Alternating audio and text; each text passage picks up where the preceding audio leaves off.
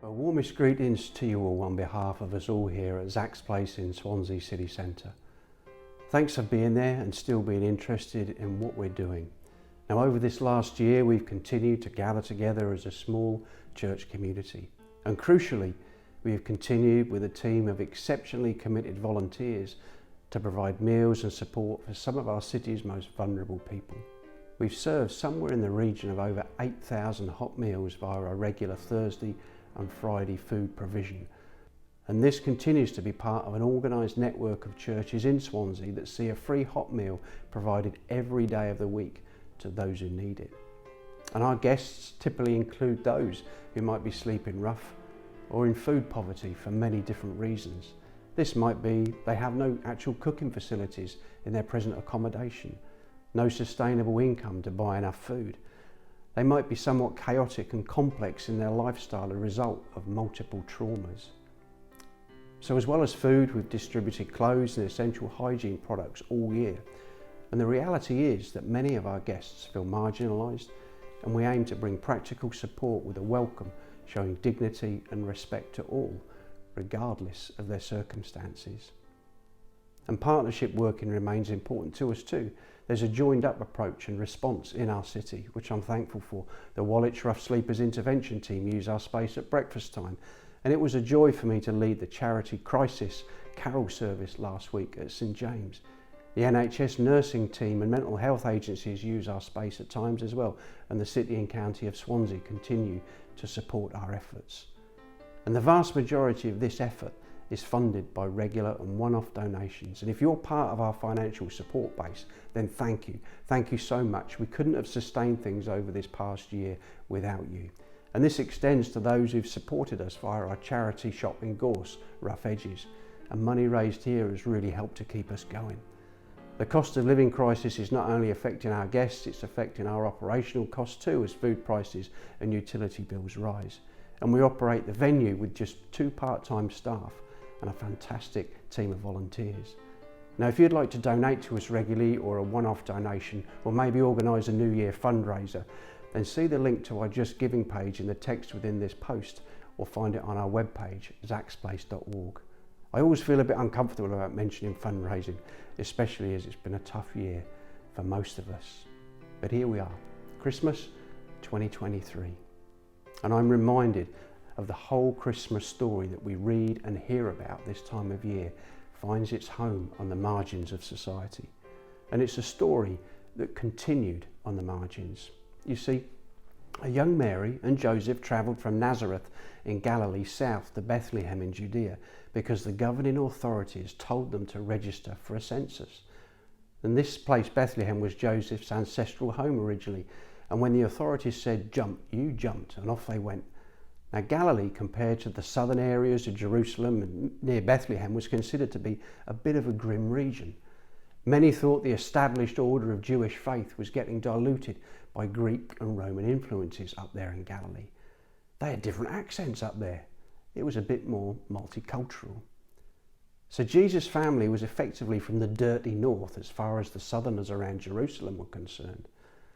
Maybe that had an influence on why there was no room at the inn, maybe.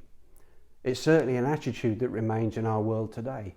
We don't want your sort round here, thank you very much. Jesus was born an outcast by geography and also by his poverty. As I often share, the shepherds in the story are also a profound image. They were looked down on in their community. Their voice didn't count, especially in court. They weren't trusted enough to give evidence. They were not seen, and they certainly weren't heard. Yet out of the whole neighbourhood, they were the first guests to see Jesus. Maybe they were even the first to give Jesus a bit of a cooch after his mother. So what does that tell us about the heart of this story we sing about and hear read to us at Christmas time? Before long, the very presence of Jesus as an infant provoked a threatening response to silence his future influence. And so he was forced to become a refugee along with his parents. They ran to Egypt, fleeing an act of genocide from Herod. And eventually this Christ child grew, and he grew to be a constant thorn in the side of those who would wield power over the oppressed and those who would manipulate the system for their own advantage at the expense of the poor. Eventually, of course, the thorns would also form a crown in his own head at his execution at the hands of a nervous governing authority. And whether we realise it or not, for all the tinsel and jingle bells, at the heart of the Christmas story is a radically subversive message and messenger that is on the side of the poor, on the side of the oppressed, the traumatised, those weighed down and burdened. And even today, this voice would join the challenge to all those in power who would dare to suggest that homelessness is a lifestyle choice. This is where the true hope of the Christmas story and message lies. Not in how generous or extravagant we can be in our giving and our receiving of gifts, but in how scandalous and subversively beautiful is the love and grace of God that finds its best expression in Christ on the margins of society as he walked those dusty paths. So much of what we celebrate in the Christmas story finds value in everyone, deliberately choosing to move to the margins of society and truly see people, not to show pity, but to bring dignity, wholeness, real change, and a new beginning. So when we say Happy Christmas, what I really mean is, please know that you matter. Know that you are loved. Know that you are not forgotten. Know that you are beautiful. And the invitation given to the shepherds extends to us all to gather in the company of Christ, to be welcomed, to worship, to adore. And I recognise that Christmas time is not always an easy time for many of us. For my family this year, we have a vacant chair that was filled by a loved one last year. Maybe this is the same for you too. We celebrate what we share together as families and community, but what we have lost and what we struggle with can be all the more real. So our prayer is this, that whatever your circumstances, whatever your experience, may something of the grace, the mercy and the peace of God be yours and those that you love this Christmas time. Cheers.